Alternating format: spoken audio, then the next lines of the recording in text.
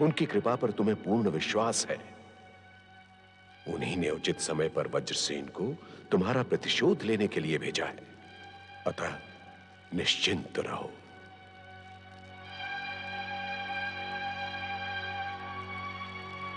देवादिदेव महादेव, हे शिव शंकर, मुझे पूर्ण विश्वास है कि आप अपने भक्त के स्वाभिमान की रक्षा करेंगे और मेरे शिष्य वज्रसेन को सफल करेंगे। हे भोलेनाथ, आपकी महिमा परंपार है। मुझ पर अपनी कृपा बनाए रखना भगवान।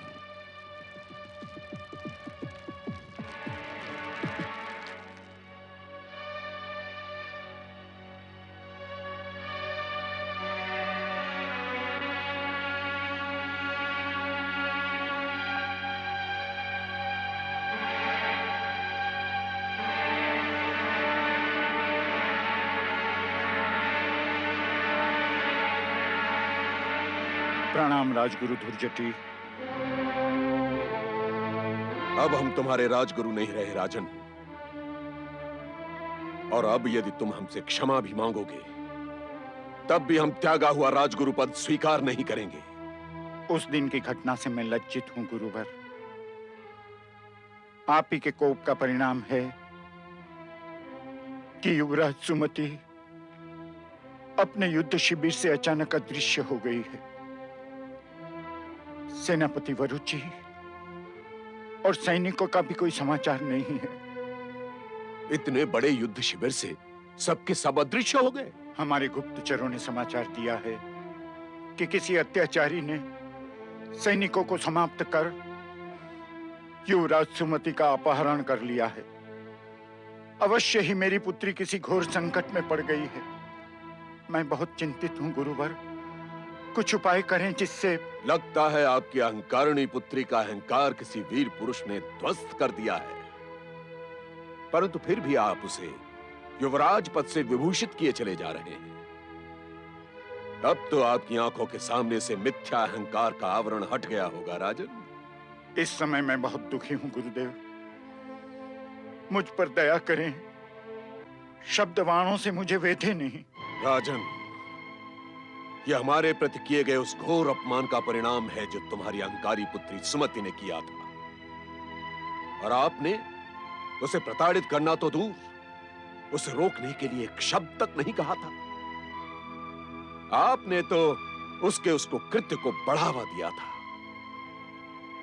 यदि आप में तनिक भी आत्मसम्मान शेष होता राजन, तो आप दौड़े दौड़े यहां नहीं आते। मैं अपने उस अपराध के लिए क्षमा प्रार्थी हूं गुरुवर। इस समय मुझे आप पर क्रोध नहीं, दया आ रही है राजन। परंतु जिस प्रकार धनुष से निकला बाण अपने लक्ष्य को वेध कर रहता है, उसी प्रकार व्यक्ति को उसके कुकृत्य का परिणाम अवश्य ही भुगतना पड़ता है। आप एक सिद्ध पुरुष हैं गुरुदेव। अपने मंत्र तंत्र के प्रभाव से कुछ ऐसा कीजिए कि अपहरित पुत्री का समाचार प्राप्त हो जाए।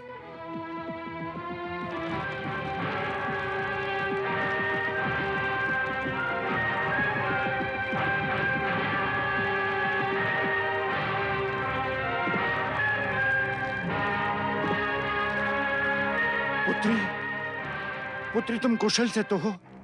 कहां थी तुम? तुम्हारा उद्धार करने वाला ये वीर पुरुष कौन है? युवराज सुमति, क्या अब भी आप पर विश्वास किया जा सकता है? कहीं एक बार फिर आप भागने की चेष्टा तो नहीं करेंगी? वीर शिष्य वज्रसेन, हमें तुम्हारी वीरता पर गर्व है। सुमति का हाथ तुम्हारे हाथ में देखकर ही हम समझ गए थे कि तुमने किस प्रकार इस अहंकारिणी को वश में किया होगा। राजकुमारी, यह हमारे राजगुरु धुर्जटी हैं, जिनके बुद्धि बल का लोहा सारा देश मानता है। प्रणाम करो इन्हें।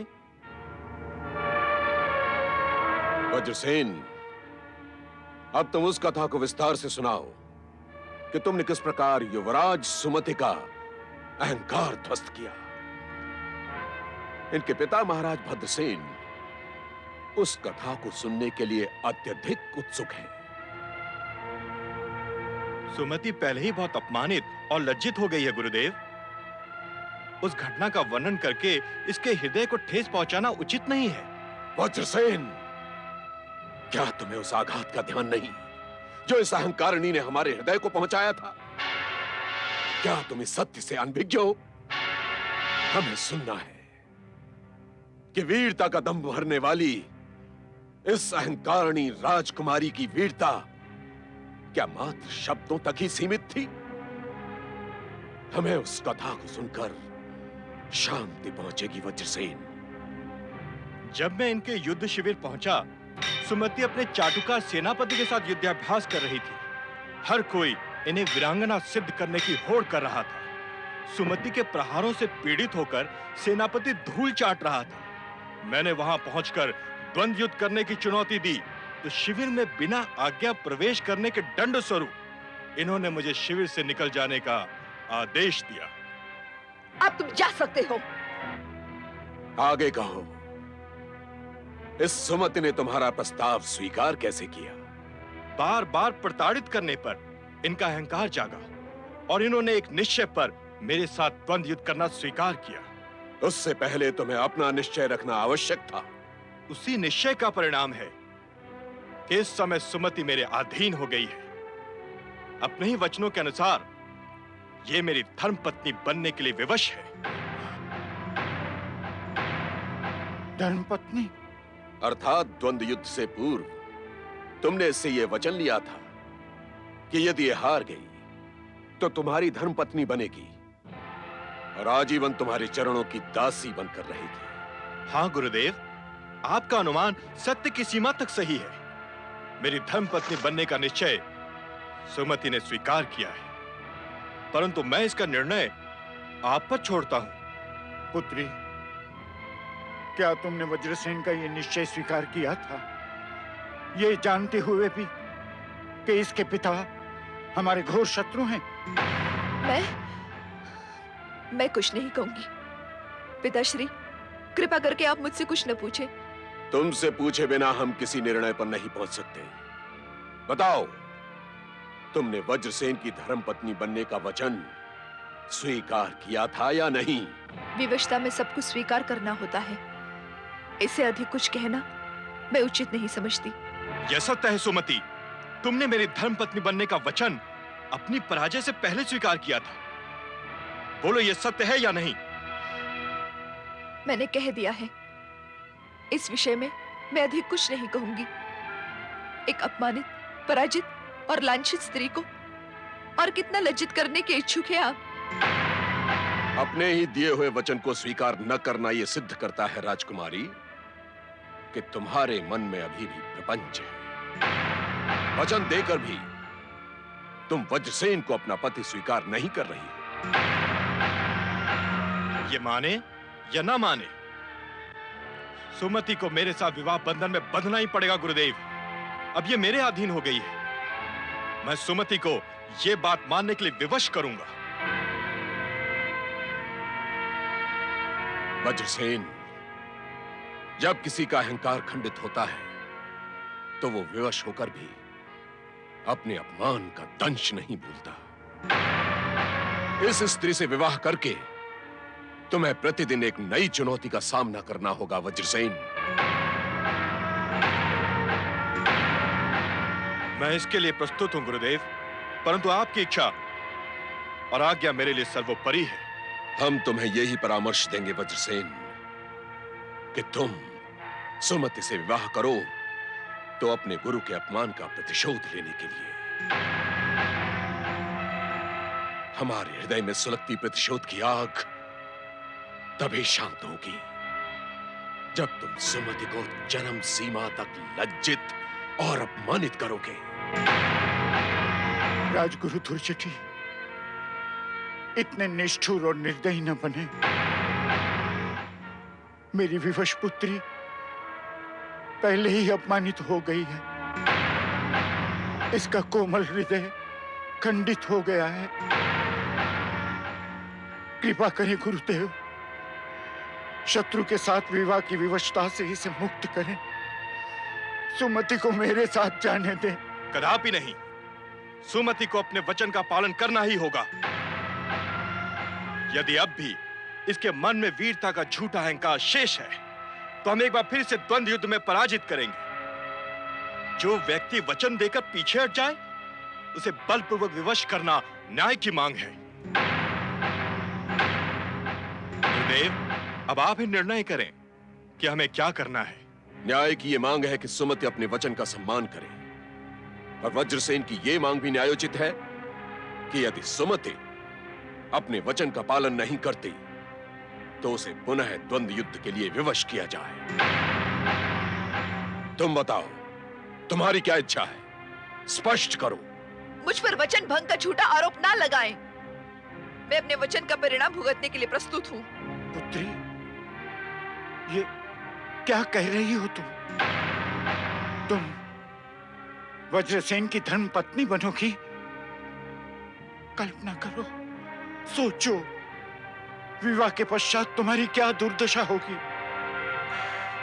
जो आघात मैंने अब तक सह लिया है उससे वो दुर्दशा अधिक नहीं होगी पिताश्री। मुझे मेरे भाग्य पे छोड़ दे। महाराज भद्रसेन, आप अपनी लाडली कन्या के विवाह के प्रबंध आरंभ करें। सुमति और वज्रसेन का विवाह इसी आश्रम में होगा और हम स्वयं इनकी विवाह विधि संपन्न कराएंगे। परंतु गुरुदेव। पिताश्री, आप विवाह में जितना विलंब करेंगे आपकी पुत्री को उतनी ही मानसिक यातना सहन करनी होगी। कृपा करके आप शीघ्र ही कन्यादान करके मुझे और अपने आप को इस दुविधा से मुक्त करें। मैं आपके चरण छूती हूँ। रो नहीं पुत्री, विधाता का कठोर हृदय तेरी ये दुर्दशा को देखकर अवश्य द्रवित हो जाएगा।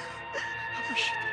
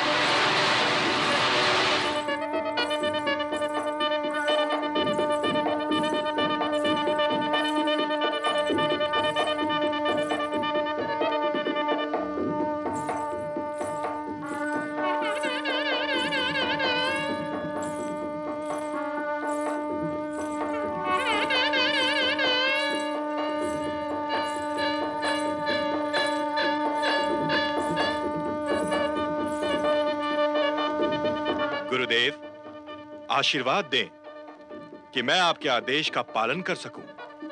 मेरा आशीर्वाद तो सदा ही तुम्हारे साथ है वज्रसेन, परंतु तुम्हारी धर्म पत्नी ने मेरे आशीर्वाद का अधिकार खो दिया है। मैं बड़े से बड़े कष्ट का सामना करने के लिए प्रस्तुत हूँ। आप आशीर्वाद दें या अभिशाप, मुझे इससे कोई अंतर नहीं पड़ता। आपकी इच्छा पूर्ण हो गई है, अब ले चले मुझे यहाँ से।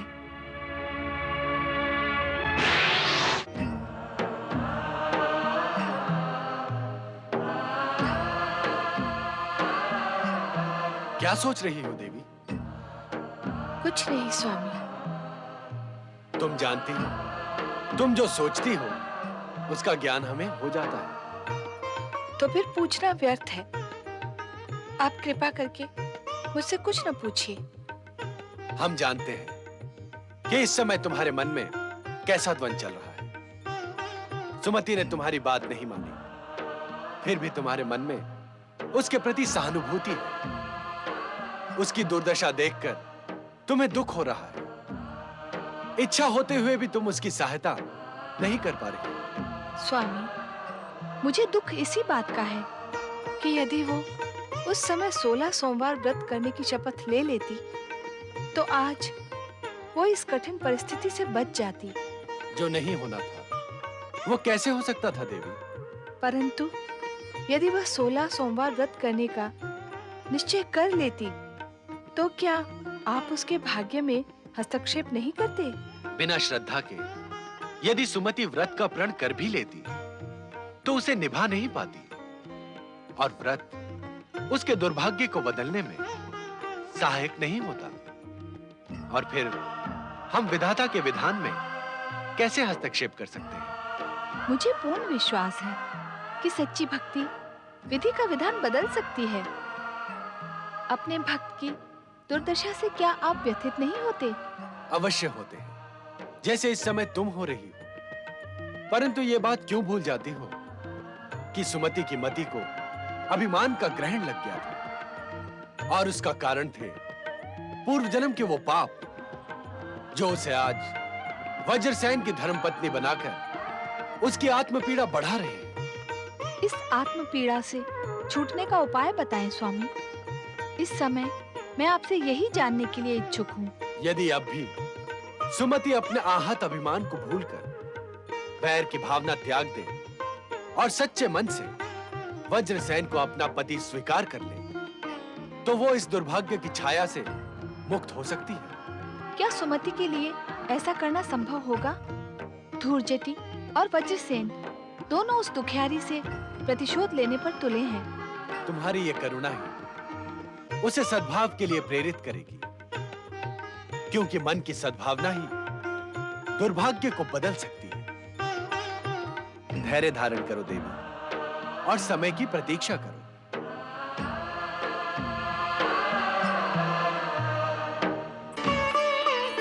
दशाण युवराज वज्रसेन की जय। दशाण युवराज वज्रसेन की जय। दशार्ण के इस राजप्रासाद में आपका स्वागत है युवराज वज्रसेन, युवरागी सुमति। पिताश्री का स्वास्थ्य अब कैसा है महामंत्री जी? क्या बात है, आप चुप क्यों हो गए? राजवैद्य जी अभी अभी आकर गए। उन्होंने आप रुक क्यों गए? बताइए, क्या कहा राजवैद्य जी ने? राजवैद्य जी ने महाराज चित्रांगद के पुनः स्वास्थ्य लाभ की आशा छोड़ दी है युवराज। हम सब यही सुनकर बहुत दुखी हैं।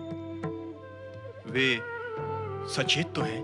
हाँ युवराज, वे सचेत अवश्य हैं, किंतु क्षमा करें, आपके इस विवाह से महाराज प्रसन्न नहीं होंगे। परंतु मेरा विचार है इस विवाह से वे अवश्य प्रसन्न होंगे।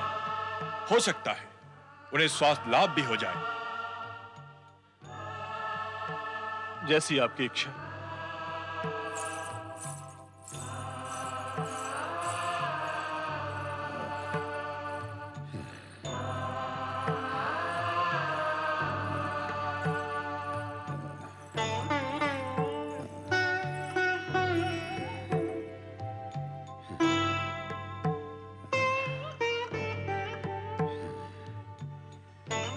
पिताश्री, आंखें खोलिए पिताश्री। मैं हूं आपका प्रिय पुत्र वज्रसेन।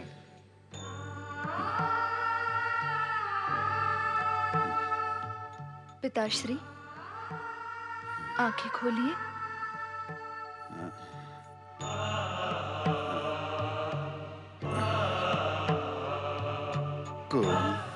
मैं वज्रसेन हूं पिताश्री, और ये है आपके पुत्र वधू युवरागी सुमति।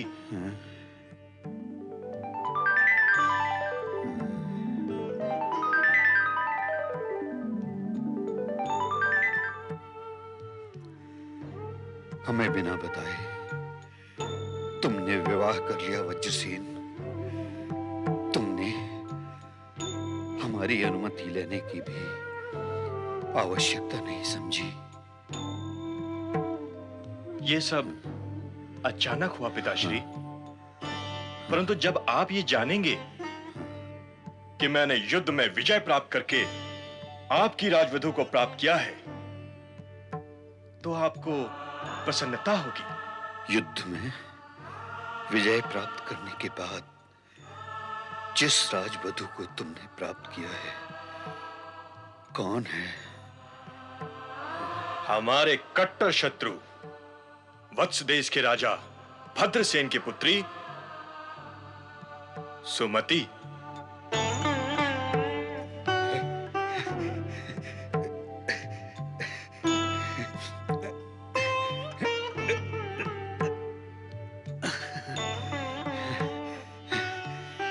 तुमने हमारे घोर शत्रु भद्रसेन की पुत्री को युद्ध में जीता है, अर्थात तुमने उसे युद्ध में पराजित किया है। हाँ पिताश्री, पिता पुत्री दोनों मुझसे पराजित हुए। अब सुमति जीवन भर हमारे चरणों की दासी बनकर रहेगी। तुम धन्य हो वज्रसेन। इस संसार से सदा के लिए विदा होने से पहले तुमने यह शुभ समाचार सुनाकर हमारा मरण सफल कर दिया वज्रसेन, सफल कर दिया। वर्षों तक युद्ध करने के पश्चात भी हम भद्रसेन को पराजित नहीं कर पाए वज्रसेन। तुमने मेरा सपना पूरा कर दिया वज्रसेन। तुम धन्य हो वज्रसेन। तुम धन्य हो। पिताश्री, ये क्या किया आपने पिताश्री? मुझे अकेला छोड़कर चले गए। पिताश्री, पिताश्री, पिताश्री, पिताश्री, पिताश्री।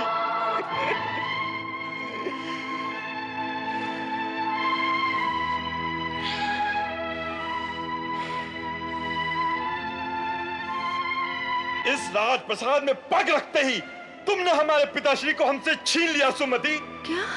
तुम्हारे अशुभ चरणों का प्रभाव आगे क्या करेगा, ये तुम स्वयं सोच सकते हो। मैं सब कुछ स्पष्ट हो चुका है, अब कहने को कुछ शेष नहीं रहा।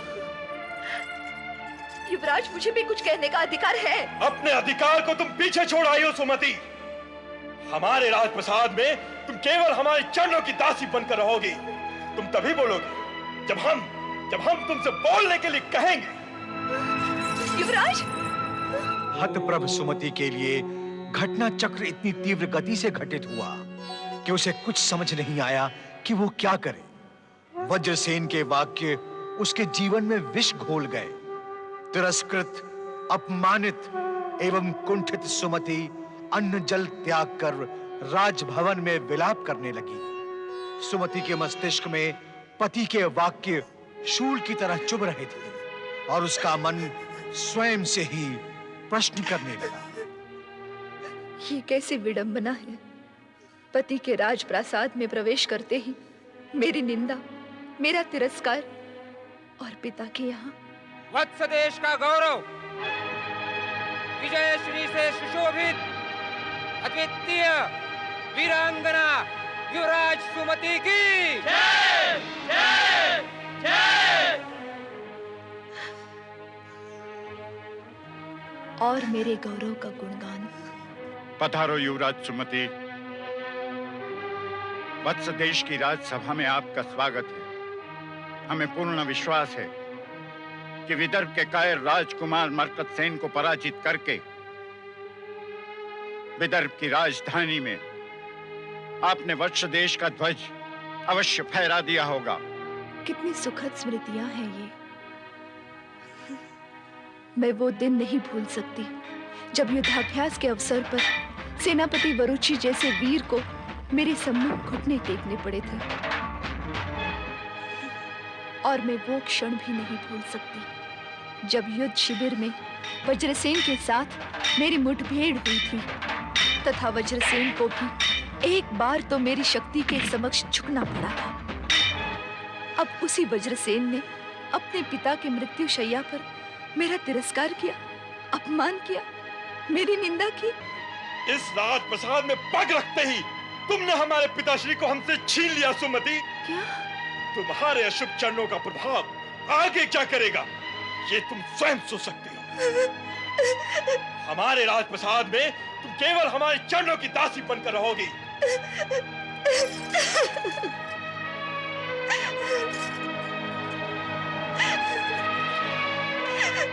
सुमति,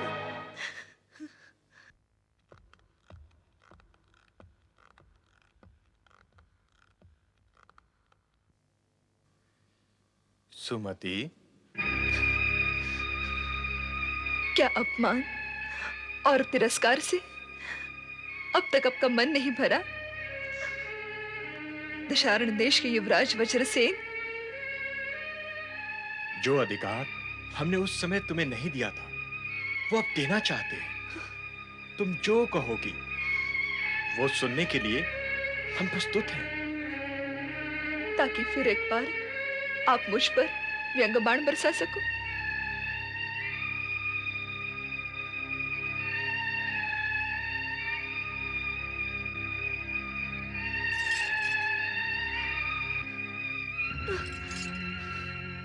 एक शत्रु के साथ आपको प्रेम प्रदर्शन शोभा नहीं देता युवराज। परंतु अब हम तुम्हें अपना शत्रु नहीं समझते। जिस प्रकार अपने पिता के मरण शैया पर आपने एक नववधू का तिरस्कार किया है,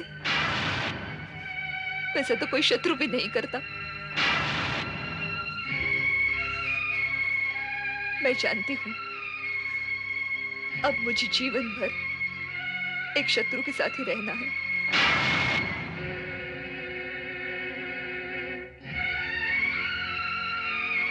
हम फिर कहते हैं, हमें तुम्हारे प्रति दुर्व्यवहार का बहुत पछतावा है। उस समय हमें अनुभव हुआ कि दासियों के सम्मुख अपनी धर्म पत्नी का तिरस्कार करके हमने बहुत बड़ी भूल की है।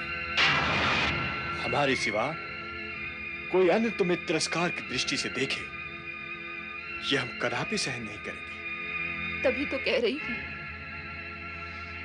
आपके मन से मेरे लिए शत्रुता अभी समाप्त नहीं हुई है और वो जीवन भर रहने वाली है। क्या पश्चाताप के पश्चात भी तुम हमें क्षमा नहीं करोगी?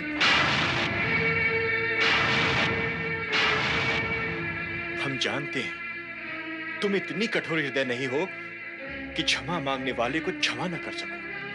क्यों आप एक अपमानित कुंठित स्त्री से क्षमा की आशा करते हैं? ये नाटक छोड़िए, मुझे इस यातना के बीच अकेले जीने का प्रयास करने दीजिए। कदापि नहीं। अब तुम यातना नहीं, हमारे साथ सुख भोगोगी।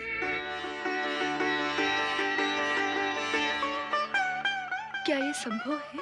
पश्चाताप के पश्चात मेरा हृदय अब शत्रुता की भावना से मुक्त हो चुका है सुमति।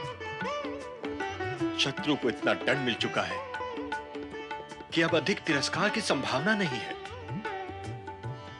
मैं सच्चे मन से तुम्हें धर्मपत्नी का अधिकार लौटाना चाहता हूं।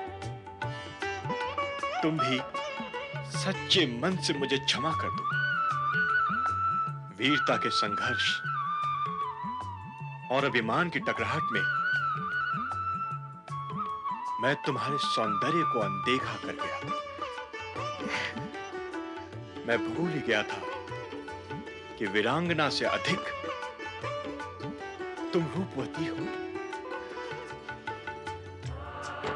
स्वामी, स्वामी, स्वामी, मैं तो इस जीवन से निराश हो चुकी थी। आपने ये सब कहकर मुझ पर कितनी बड़ी कृपा की है, आप नहीं जानते। तुम जैसी रूपवती वीरांगना धर्म पत्नी को पाकर इस समय हम गर्व का अनुभव कर रहे हैं सुमति। ये बात हम सच्चे हृदय से कह रहे हैं। मैं धन्य हो गई नाथ। मैं पिछला सब कुछ भूल जाना चाहती हूँ। आप भी भूल जाइए। तुम्हें अपनी बाहों में पाकर हम पिछला सब कुछ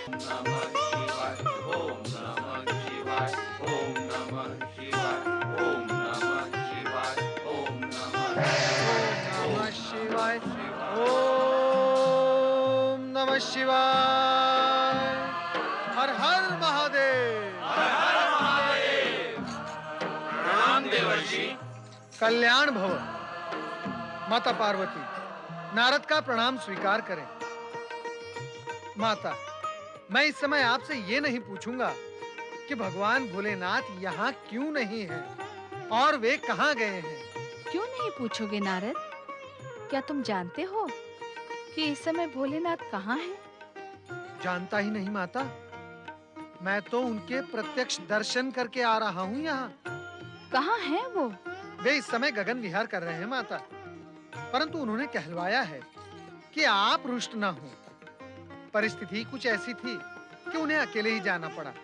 अकेले आकाश में भ्रमण करने चले गए और मुझे बताया भी नहीं। नहीं माता नहीं, कृपया आप रुष्ट ना हो। ये भगवान भोलेनाथ की आज्ञा की अवहेलना होगी। ये तो भोलेनाथ ने तुम्हें अवश्य ही बताया होगा कि उनके अकेले जाने का कारण क्या था। नहीं माता नहीं, ना ही मुझ में ये पूछने का साहस था और ना ही उन्होंने मुझे कुछ बताया। हाँ, इतना विश्वास मैं आपको अवश्य दिला सकता हूँ कि कुछ ही क्षणों में भगवान भोलेनाथ यहाँ प्रकट होंगे। परंतु मुझे विश्वास नहीं होता नारद। यहाँ से अदृश्य होकर वे कैलाश और कैलाशवासियों को भूल जाते हैं।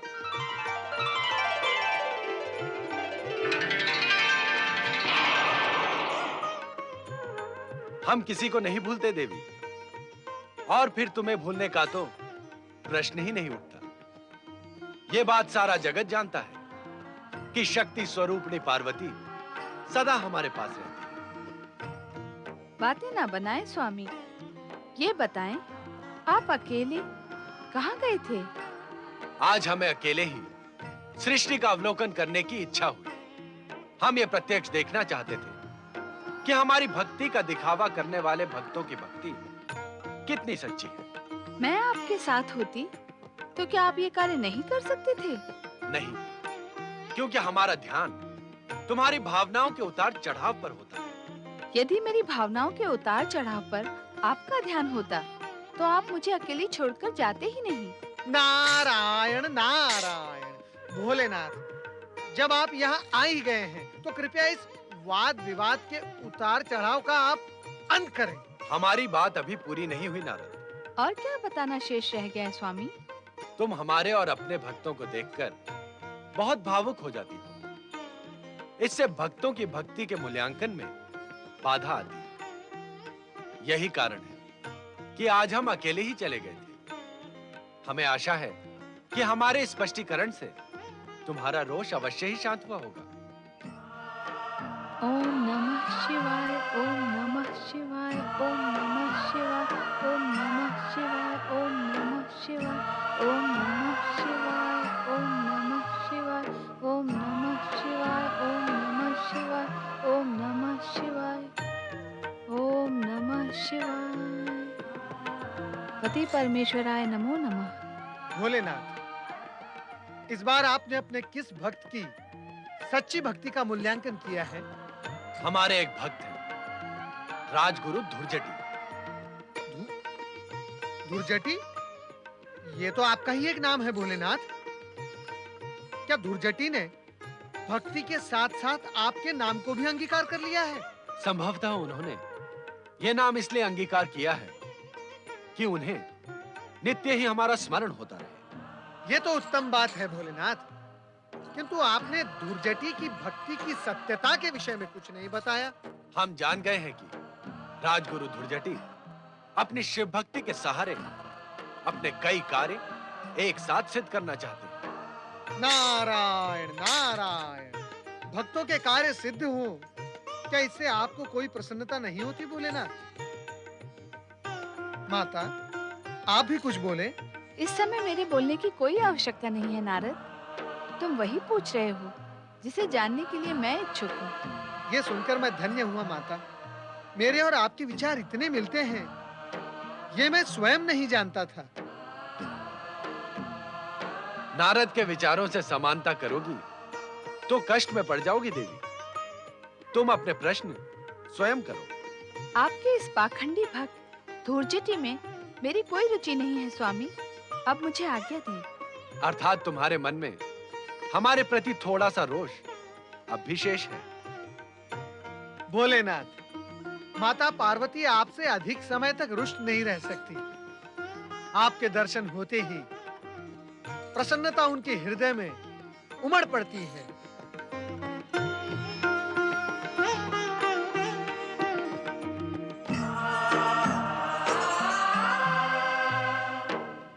नारद, हम धुर्जटी को यह ज्ञात कराना आवश्यक समझते हैं कि न्याय, नीति और सत्य पर चलने वाले शिव भक्तों की ही हम सहायता करते हैं, क्रोध और अहंकार से भरे प्रपंची की नहीं। नारायण नारायण, आश्चर्य है, राजगुरु होने के पश्चात भी धुर्जटी इतने महत्वपूर्ण सत्य को नहीं समझ सके। धुर्जटी ज्ञानी अवश्य है, परंतु ज्ञानी होने के साथ अहंकारी भी है। नारद, इस कार्य में तुम हमारी सहायता कर सकते हो। मैं? भोलेनाथ, मैं तो आपका एक तुच्छ भक्त हूँ। भला मैं क्या आपकी सहायता कर सकता हूँ? इसे अपनी चतुराई और योग्यता की परीक्षा समझो नारद। तुम एक ब्रह्मचारी का रूप धारण कर धुर्जटी के आश्रम जाओ और उसकी भक्ति और नीति की था लो। जो आज्ञा भोलेनाथ। आपने मुझे इतना महत्वपूर्ण कार्य सौंपकर मुझ पर बहुत बड़ी कृपा की है। अब मुझे स्वयं अपनी योग्यता का पता चल ही जाएगा। ओम नमः शिवाय। विश्वासघात! इसका अर्थ यह हुआ कि महाराज वज्रसेन को हमारे आदेश का पालन करना स्वीकार नहीं। राजगुरु, उन्होंने निवेदन किया है कि अब इस शत्रुता का समाप्त हो जाना आवश्यक है। पति पत्नी के बीच शत्रुता बनाए रखने का कोई अर्थ नहीं है।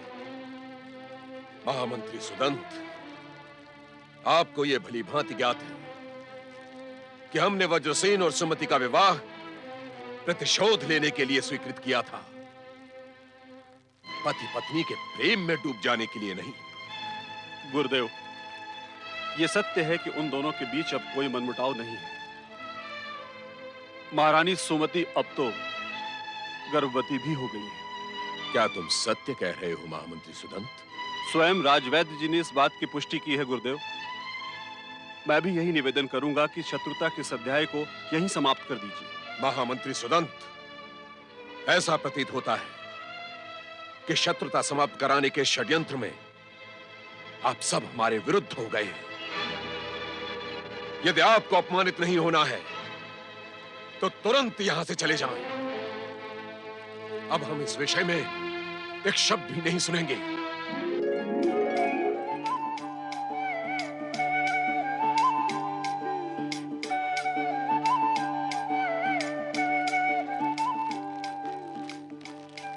ओम नमः शिवाय। नारायण नारायण नारायण नारायण। ओम नमः शिवाय। हे शिव शंकर, जिस उद्देश्य से मैंने दशारण देश के युवराज वज्रसेन को अपना शिष्य बनाया था, वो अधूरा ही रह गया। सुमति को अपनी पत्नी के रूप में पाकर वो अपने उद्देश्य से भटक गया। भोलेनाथ, वज्रसेन के मन में सुमति के प्रति द्वेष और घृणा उत्पन्न करें। शिव शंकर, एक बार फिर उसके मन में प्रतिशोध की भावना जागृत करें। हे भक्त वत्सल, मेरी प्रार्थना स्वीकार करें। मेरे मन की आग को शांत करें, अन्यथा मैं यूं ही प्रतिशोध की आग में तपता रहूंगा। ओम नमः शिवाय, ओम नमः शिवाय, ओम नमः शिवाय, ओम नमः शिवाय, ओम नमः शिवाय। गुरुदेव, आपके दर्शन पाकर मेरा जीवन सफल हुआ, मैं धन्य हुआ। कौन हो तुम? गुरुदेव, मैं एक बाल ब्रह्मचारी हूँ। आपका शिष्य बनने के लिए दूर देश से यहाँ आया हूँ। चले जाओ यहाँ से, तुम हमारे शिष्य नहीं बन सकते। हे महाज्ञानी, आप पूरी योग्यता से मेरी योग्यता की परीक्षा ले लें। मैं आपका सर्वश्रेष्ठ शिष्य सिद्ध हो सकता हूँ। सर्वश्रेष्ठ तो क्या, तुम हमारे निकृष्टतम शिष्य भी नहीं बन सकते। जो मूर्ख भक्ति में बाधा डालकर विवेकहीन हो गया हो, वो हमारा शिष्य कदापि नहीं हो सकता। हम फिर कहते हैं, चले जाओ यहां से। हमारी शिव भक्ति में बाधा मत डालो। मुझे अपना शिष्य बना लेने से आपकी शिव भक्ति और भी दृढ़ हो जाएगी। भगवान भोलेनाथ मेरे भी इष्ट देव हैं। उनकी मुझ पर विशेष कृपा है। तुम्हारे कहने मात्र से क्या होता है? तुम अपनी स्वार्थ सिद्धि के लिए कुछ भी कह सकते हो, परंतु हमारी शिव आराधना में बाधा डालकर तुमने हमारा शिष्य बनने का अधिकार खो दिया है। अब अधिक बातें न बनाओ, चले जाओ यहां से। नहीं गुरुदेव, नहीं। गुरुदेव, मैं तब तक आपके चरण नहीं छोड़ूंगा जब तक आप मुझे शिष्य के रूप में स्वीकार नहीं कर लेते। गुरुदेव, आप मेरी प्रार्थना अस्वीकार कर मेरे हृदय को छिन्न भिन्न न करें। मुझ पर कृपा करें गुरुदेव। गुरुदेव, मैंने आपको मन ही मन अपना गुरु स्वीकार कर लिया है। यदि आप इसी समय मुझे शिष्य की दीक्षा नहीं देंगे तो मैं भगवान भोलेनाथ का नाम स्मरण कर यहीं पर अपने प्राण त्याग दूंगा। गुरुदेव, ऐसा हठी ब्रह्मचारी हमने आज तक नहीं देखा। ठीक है, हमें सोचने का समय दो। हमें परखने दो कि तुम हमारे शिष्य बनने योग्य हो भी या नहीं। गुरुदेव, मैंने आपसे पहले ही निवेदन किया है कि मैं कठोर से कठोर परीक्षा देने के लिए तत्पर हूं। यदि आप मुझे प्राण देने के लिए कहें तो मैं अवश्य दूंगा, परंतु आपको मुझे दुर्जटी शिष्य की उपाधि अवश्य प्रदान करनी होगी। कृपया आप मुझे दुर्जटी शिष्य के रूप में दीक्षित करें। तुम बाल ब्रह्मचारी हो ये तो हम जान गए, किंतु तुमने अपना पूर्ण परिचय नहीं दिया। तुम्हारे पिता का नाम क्या है? मेरे पिता का नाम है ब्रह्मदेव। माता का? माता शारदा। कुल कौन सा है तुम्हारा? नारदीय। और गोत्र? ब्रह्म गोत्र है मेरा। अब और क्या शेष रह गया है जानने के लिए गुरुदेव? जब तक हम तुम्हें अपना शिष्य न बनाएं, तुम हमें गुरुदेव नहीं कह सकते। आप मेरे तो क्या, सारे संसार के गुरुदेव हैं। गुरुदेव, सारा जगत आपके ज्ञान और पांडित्य का लोहा मानता है। आपकी ये कीर्ति कथा सुनकर ही तो मैं आपकी शरण में आया हूँ। ऐसा लगता है कि तुम्हारा ज्ञान प्रशंसनीय है, इसलिए हम तुम्हें अपना शिष्य बनाना स्वीकार करते हैं। आप धन्य हैं गुरुदेव, आप महान हैं। मुझे शिष्य के रूप में स्वीकार कर आपकी महानता और भी अधिक महान हो गई है। आसन ग्रहण करो।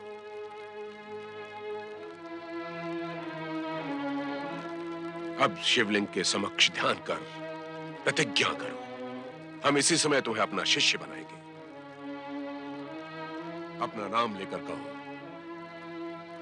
मैं गुरु धूर्जटि को अपने गुरु के रूप में सम्मान पूर्वक स्वीकार करता हूं। मैं बाल ब्रह्मचारी शिवशरण गुरु धूर्जटि को अपने महान गुरु के रूप में स्वीकार करता हूं और इसके लिए मैं इनका अति कृतज्ञ हूं।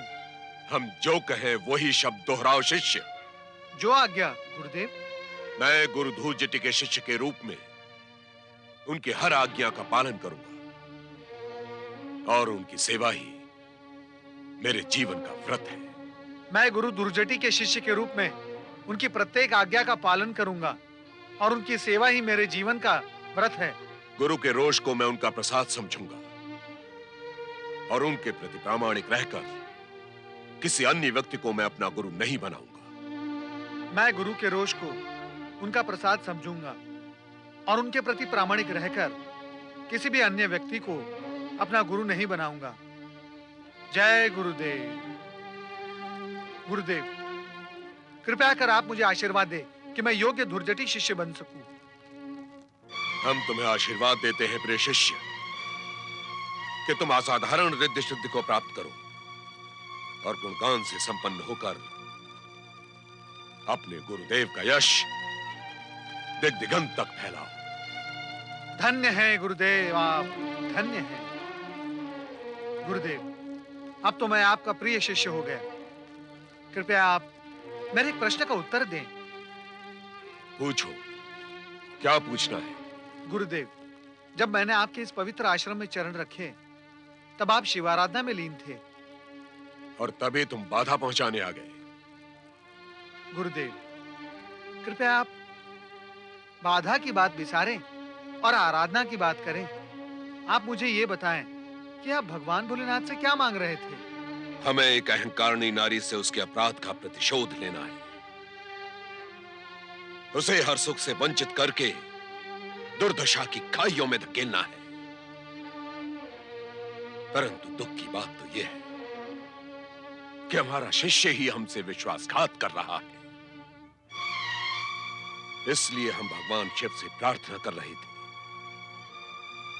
कि हमारे शिष्य के मन में उसकी पत्नी के प्रति प्रेम नहीं, घृणा उत्पन्न करे। क्या भगवान भोलेनाथ आपकी ये विचित्र प्रार्थना स्वीकार करेंगे गुरुदेव? हमने वर्षों भगवान शिव की भक्ति की है, उन्हें हमारी यह प्रार्थना माननी ही होगी। यदि वो नहीं मानेंगे तो हम स्वयं अपने शिष्य के हृदय में घृणा के बीज बोएंगे। गुरुदेव, आपका ये रूप बहुत भयानक है। हमारे शिष्य वज्रसेन को हमारा आदेश मानकर सुमति को अधिक से अधिक पीड़ा पहुंचानी ही होगी। ये हमारा प्रण है।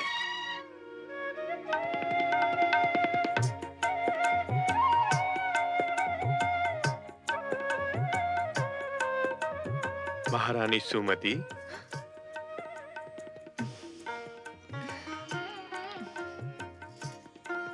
राजवैद्य जी ने कहा है कि अब तुम्हारा गर्भकाल पूर्ण हो चुका है। किसी भी दिन तुम हमारे युवराज की माता बन सकती हो। हम उस दिन की व्यग्रता से प्रतीक्षा कर रहे हैं। हम युवराज का जन्मोत्सव धूमधाम से मनाएंगे। आपने मेरे दुर्भाग्य को सौभाग्य में बदल दिया है। मैं तो उस घटना के बाद जीवन से हार चुकी थी। विधाता के खेल बड़े विचित्र होते हैं सुमति।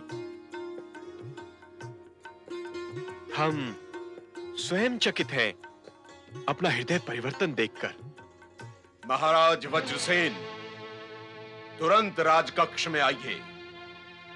हम राजगुरु धूर्जटे आपसे भेंट करना चाहते हैं। राजगुरु धुर्जटी इस समय यहां?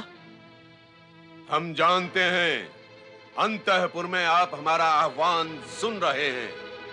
एक क्षण भी विलंब न करें, अन्यथा परिणाम बहुत बुरा होगा। राजगुरु आवेश में हैं। हमें शीघ्र जाना होगा सुमति। हम उनका क्रोध शांत करने का प्रयत्न करेंगे।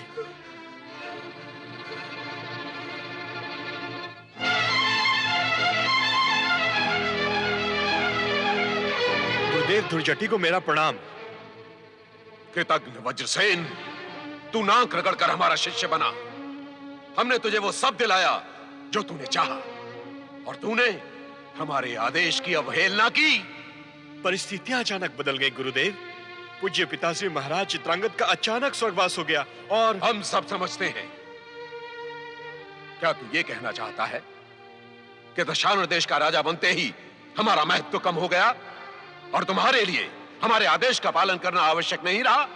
हर आदेश की एक सीमा होती है गुरुदेव। राजकुमारी सुमति से हमारा विवाह होने के पश्चात आपके आदेश की सीमा समाप्त हो गई, और उसके पश्चात हमने जो चीज समझा वही किया।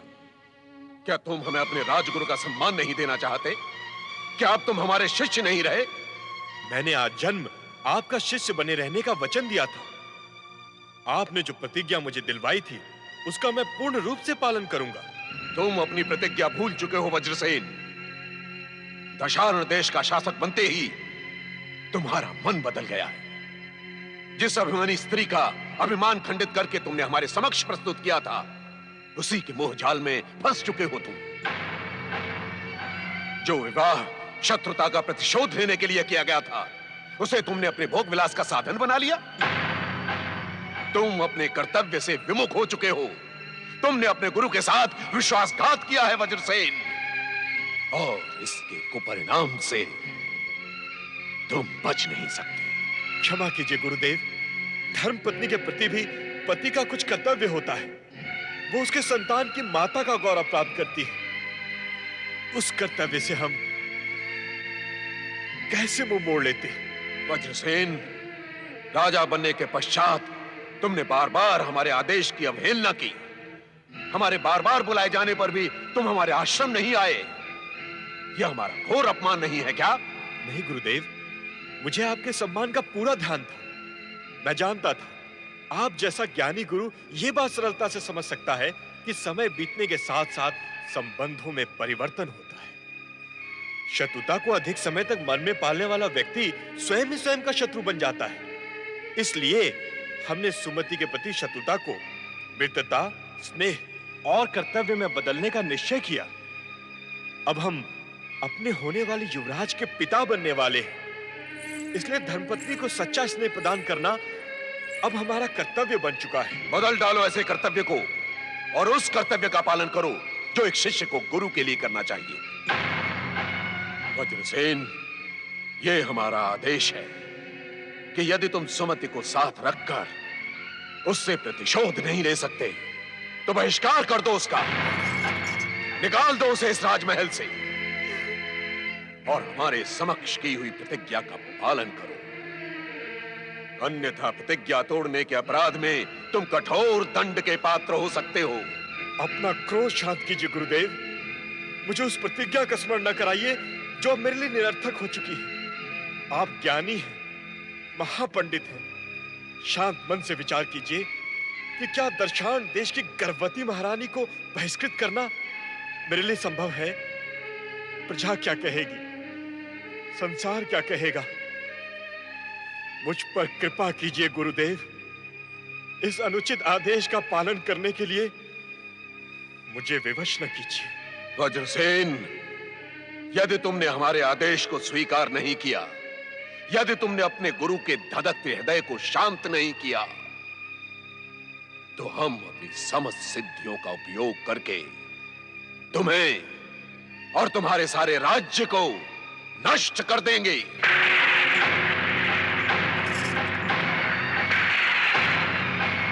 सुमति और भद्रसेन ने हमारा जो अपमान किया था, उसका परिणाम तुम देख चुके हो। हमारी इच्छाओं के विरुद्ध कार्य करके तुमने उस अपमान को भी पीछे छोड़ दिया है। हमारा हृदय अपमान और क्षोभ से तिल मिला रहा है। इस समय जो शाप हमारे हृदय से निकलेगा वज्रसेन, वो तुम्हारे साथ साथ तुम्हारे राज्य को भी नष्ट कर देगा।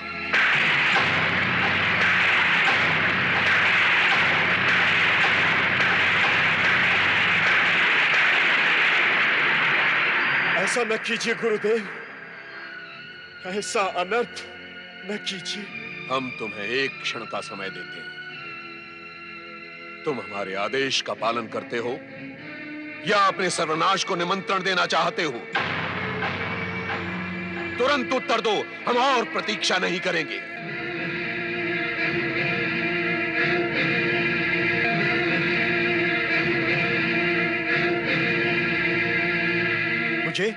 मुझे आपका आदेश स्वीकार है गुरुदेव। आप अपना क्रोध शांत कीजिए।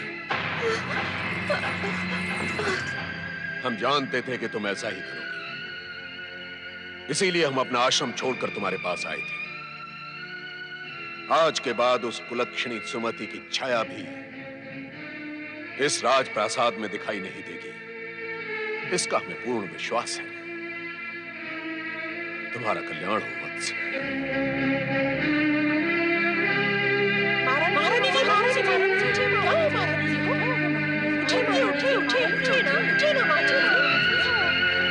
महाराज की जय हो। क्या समाचार है राजवैद्य जी? समाचार शुभ नहीं है महाराज। क्या महारानी सुमति ने युवराज को जन्म नहीं दिया? शिशु युवराज का तो आगमन हो चुका है महाराज, परंतु परंतु क्या? परंतु महारानी सुमति ने क्षय रोग से ग्रस्त पुत्र को जन्म दिया है, जिसका उपचार करना अत्यंत ही कठिन है। देखा महामंत्री जी, गुरुदेव के प्रकोप ने अपना प्रभाव दिखाना प्रारंभ कर दिया है। राजवैद्य जी, क्या क्षय रोग से ग्रस्त युवराज का कोई उपचार नहीं हो सकता? उपचार तो मैं अवश्य करूंगा महाराज, परंतु आशा बहुत ही क्षीण है। अब आप जा सकते हैं। जो आज्ञा महाराज।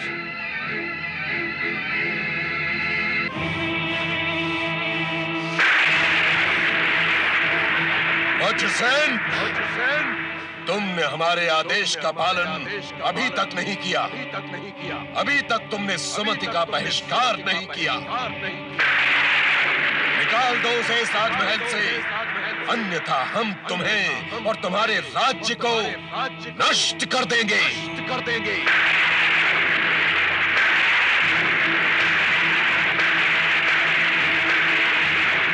महामंत्री, अब हमें गुरुदेव के आदेश का पालन करना ही होगा, अन्यथा